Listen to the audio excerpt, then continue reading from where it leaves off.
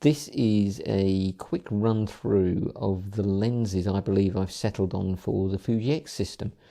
The irony of that statement is that one of the lenses in that opening shot has since been sold. So clearly I wasn't as settled as I thought. However, let's look at what I've kept and what I believe I'm probably keeping for the time being. I'm going to go through these in a kind of a field of view order, starting with my widest lens, which is the Samyang 12mm f2. It's heavy-ish, big-ish, particularly with the hood on, which I always leave on. It's a lovely lens, actually. It's a lovely lens, very sharp. I don't think it was wildly expensive, but it's very sharp, and it gives us obviously a super wide angle of view. It's fully manual, no electrical stuff in there, no electrical contacts, very clicky aperture, feels solid metal, quite a stiffish focus, but fine. Hardly used it. Hardly used this lens. Really thought I wanted a really wide lens for Fuji. Don't know why I haven't used it. I should make more use of it probably. I just haven't used it very much. I guess it's because my Fuji kit I tend to think of as a street kit, and it's not really I don't consider that to be a street-ish lens. Unlike my second lens here, which is my Fuji 16mm f2.8, and I always keep the hood on this one as well. In fact, I always keep the hood on all my lenses pretty much, just as a protection thing.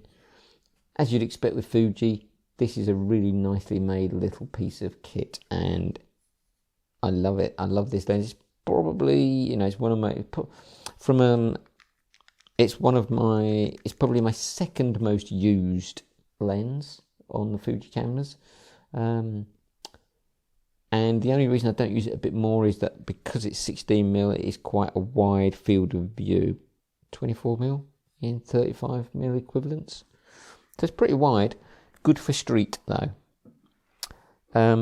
Next, I have a lens. Before I bought that 16mm Fuji lens, I bought this Zonlai 22mm, and it used to kind of occupy the same place, I guess.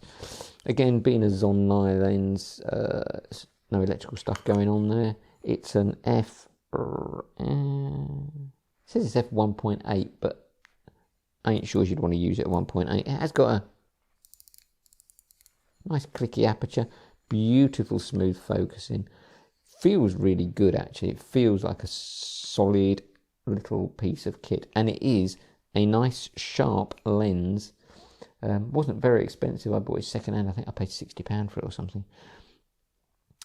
I think it's really good. It's really good, and the only reason I don't use it more is because I've got the 16mm, which kind of, this one falls between the 16mm and the 28mm, pretty obviously. And so I try to use it occasionally because I love it, and it's a good field of view. But don't get as you can't use these things all the time, can you? But I do like that lens. Do like it. Next here we have the 25mm Pergear lens. This, I think, was a mistake. Nice smooth focusing.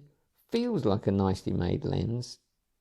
Pretty stiff aperture ring, I have to say. Pretty stiff. That may be getting stiffer over time. Not a bad thing to have a stiff aperture lens, a stiff aperture ring actually, because it does stop you knocking it too easily. This gets really mixed reviews, this lens, and I don't think it's super sharp. I think it delivers something, people who do video think it delivers something that, or say it delivers something that's a little bit unusual. And being a bit unusual can be a good thing. The problem with this lens, or one of the problems, it got off to a bad start with me because I bought this lens. It's one of the only lenses I've bought new in a long time, and it had a fault with it. The returns process at the place I bought it from was messed up. And it didn't, I ended up with it. I ended up keeping it. And it had a faulty mount on it. So you could push it onto the camera, but you couldn't twist it at all. So it could just, it could just drop off. And of course it wasn't lined up at all or anything. It was messy. So what I did was, because I ended up keeping the lens, you can buy replacement mounts for some of the Fuji lenses that have got plastic mounts, and I did that. I bought a mount for £5 on eBay, and I trimmed it down so that it actually fits. I had to drill new holes in it. If we come in close, you'll see it's got new holes drilled in it, and I had to trim the back off it and stuff, but it now works. So I'm going to try it out a bit. I've tried it out for photography. Probably not as sharp as I'd like. 25mm is a bit of an odd, kind of a slightly odd focal length as well. However, that's a strange lens, that one. Brings me neatly on to the lens on the camera, on my XE1. And this is the lens, this is my kind of go-to lens, and it's the Meike 28mm f 2.8. And this really is sharp, and the 28mm gives roughly 40mm equivalents, which is just what I find to be my kind of go-to preference in terms of field of view. So this one stays on the XE1 all the time almost. Yeah, it's just my pick up and use it lens, and I'm more than happy with it. And in fact, I ended up selling, I had the 27mm Fuji lens, the little pancake thing. That was great lens, super sharp, lovely contrast and stuff like that. But these cameras, I think, work particularly well in a kind of a manual, if you're thinking and working in a manual mode. And I don't find the Fuji autofocus on these older XE cameras particularly reliable. So I find manual focusing, it slows me down. I get to understand the zone that I'm focused in, the depth of the field better. I just prefer it, to be honest. I prefer it. If the Fuji 16mm was manual focus, that'd be fine as well. It's not, so I use the autofocus on that, and it seems reasonably reliable, but I'm quite happy using a manual focus lens. That kind of being on the Meike subject, that brings me on to the next lens, which is the 35mm f 1.4. Probably wouldn't use it at 1.4, but again, it's fully manual, no connections or anything. Heavy-ish metal design, beautiful smooth focus, non-clicked aperture, which isn't my preference, but is what it is. Quite happy with it. This is super sharp. I think this is even sharper than the 28mm, but I don't use it as much because I'm not quite so much into the longer focal lengths. But it really is. When I say it's a great lens for Fuji X-mount, I think it really is a great lens for Fuji X-mount, and I love that one. Brilliant. And we'll come on to then, it doesn't have the lens hood on it. It does have a Meike cap on it, although it's a Minolta MD50mm f 1.7. It's that big because obviously it has an MD to Fuji X-mount adapter on it. As you'd expect with a Minolta lens, it's lovely smooth focus, nicely clicked aperture,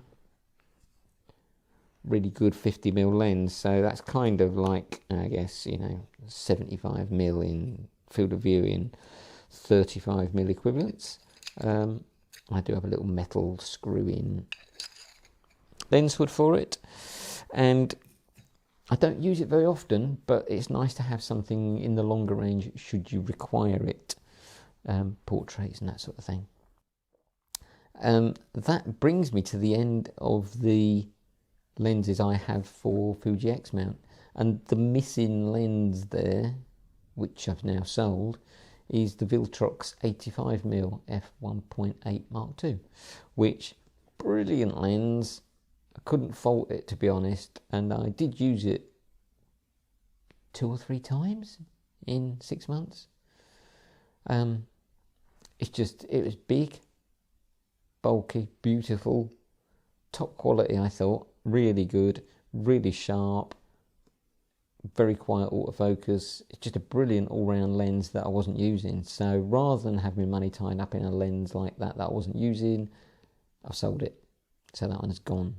But I would highly recommend it if you think you're going to be using that kind of focal length. But I think it comes out to about, equivalence is about 120 or 130 mil. So it's quite a long lens. It's quite a long focal length. Beautiful portrait lens. So really, really good. Couldn't, as I say, couldn't fault it. Beautiful construction. Everything about it's good. And it's probably a bargain, actually. I mean, I think, I paid about £275 for it or something like that, and sold it for something similar. And I think at that money, it probably is a bargain compared to the Fuji equivalents. So I just don't, it's just not a focal length I was using. So I'd love to keep all of my lenses, obviously, but can't keep everything. So that one had to go. So that's my lineup for Fuji X-mount at the moment. And the only one I'm kind of umming and ahhing about a little bit now is probably that Samyang 12mm.